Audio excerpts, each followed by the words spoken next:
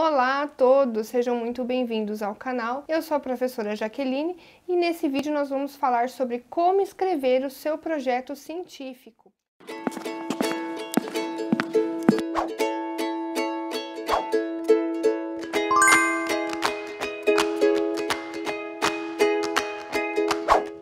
Se você está chegando agora, esse é o segundo vídeo, a segunda parte do vídeo. Então eu já fiz um primeiro falando sobre o que é um projeto e falando sobre a introdução. Então nessa segunda parte a gente vai falar do restante do projeto. Bom, eu sugeri no vídeo anterior para vocês começarem escrevendo pela introdução. Terminando a introdução, o próximo passo vocês poderiam escrever a justificativa. Porque na justificativa, ela é uma espécie, entre aspas, né, de síntese ou um resuminho do que já foi falado na introdução. Porque se vocês assistiram o vídeo anterior, vocês viram que eu comentei que uma introdução bem feita, quando a pessoa lê a sua introdução, ela já entende a importância do seu trabalho e já entende qual é a justificativa, ela já entendeu qual é a problemática. Porém, quando ela lê o tópico justificativa, isso fica explícito, isso fica claro. Então a problemática na sua justificativa tem que ficar claro. Então eu sempre falo para os alunos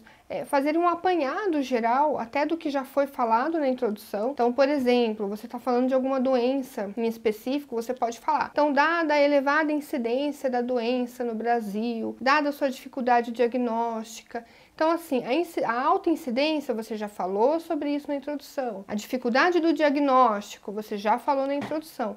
Então, são pontos que você já discorreu na introdução. Então, a justificativa, ela não deve ser demasiadamente longa, né? A justificativa, eu digo para os alunos que ela não pode ultrapassar uma página. Então, uma boa justificativa aí com pouco mais de meia página, você já consegue justificar muito bem o seu trabalho se você fez uma boa introdução. Então, quais são os pontos que não podem faltar na justificativa do seu trabalho? Então, a primeira coisa é fazer um apanhado geral dos principais pontos que já foram falados na introdução que enfatizam a importância do seu trabalho. Segundo ponto, deixar clara qual é a sua problemática. Nós já falamos em vídeos anteriores o que é problemática. Então, não deixem de deixar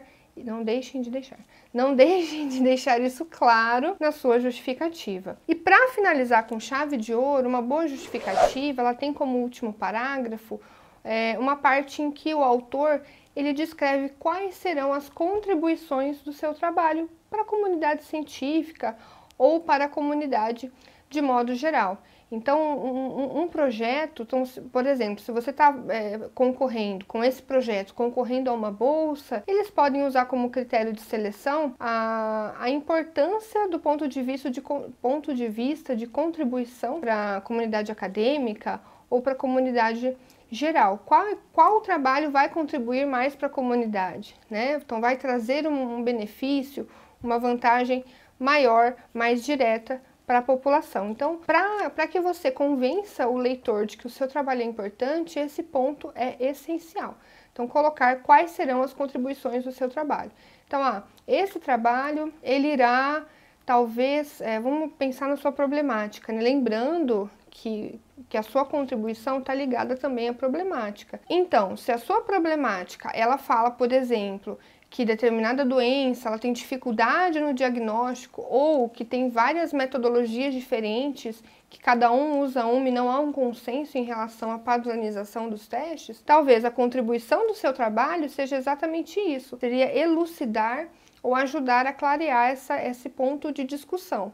Seu trabalho talvez traria uma metodologia que seja melhor, ou você mostraria os benefícios e as vantagens e desvantagens das diferentes metodologias e talvez apresentasse a melhor. Então, você vai clarear essa problemática, ou você vai trazer uma nova alternativa para a comunidade científica, ou você quer enfatizar a prevenção, ou se você está falando talvez de acompanhamento pré-natal, falar da importância do pré-natal, conscientização. Então, assim, pensando na sua problemática, elabore junto com o seu orientador quais serão as contribuições do seu trabalho, que a sua justificativa vai ficar show.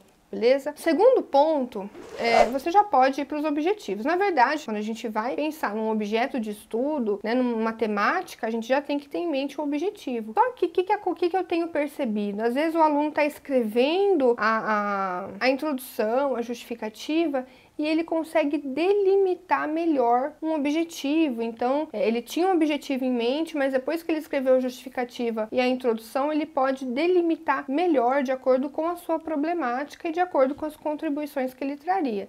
Então, a minha sugestão é fazer esse objetivo depois. Embora você sempre estivesse com ele na mente, já soubesse o que você quer fazer, faça agora depois da justificativa e depois da introdução. Os objetivos, geralmente, eles são divididos em objetivos gerais e objetivos específicos.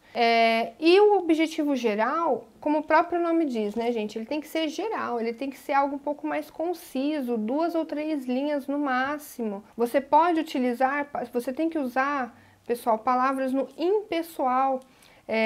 Não coloca vamos analisar, né? Nada disso. Coloque direto palavras analisar, no objetivo geral. Analisar a eficácia de não sei o que lá. Ou verificar, identificar.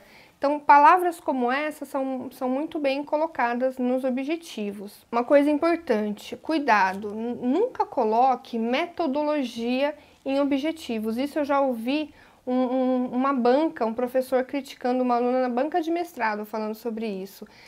Nunca coloque o meio pelo qual você vai alcançar o seu objetivo. O objetivo é o objetivo.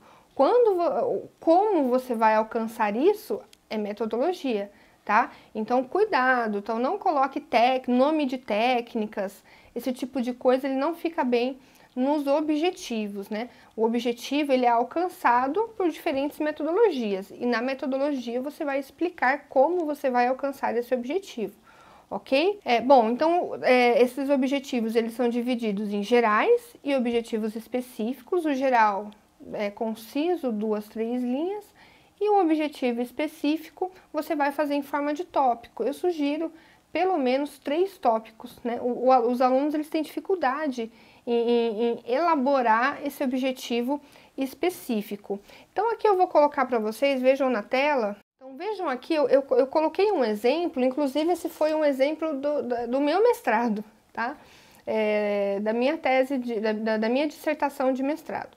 Então, ali em destaque, em azul, a gente tem um objetivo geral, verificar a presença do herpes vírus tipo 2, 4, 5 e o 8. Eu já tinha citado essas siglas anteriormente na introdução, então por isso que eu deixei assim em forma de sigla mesmo.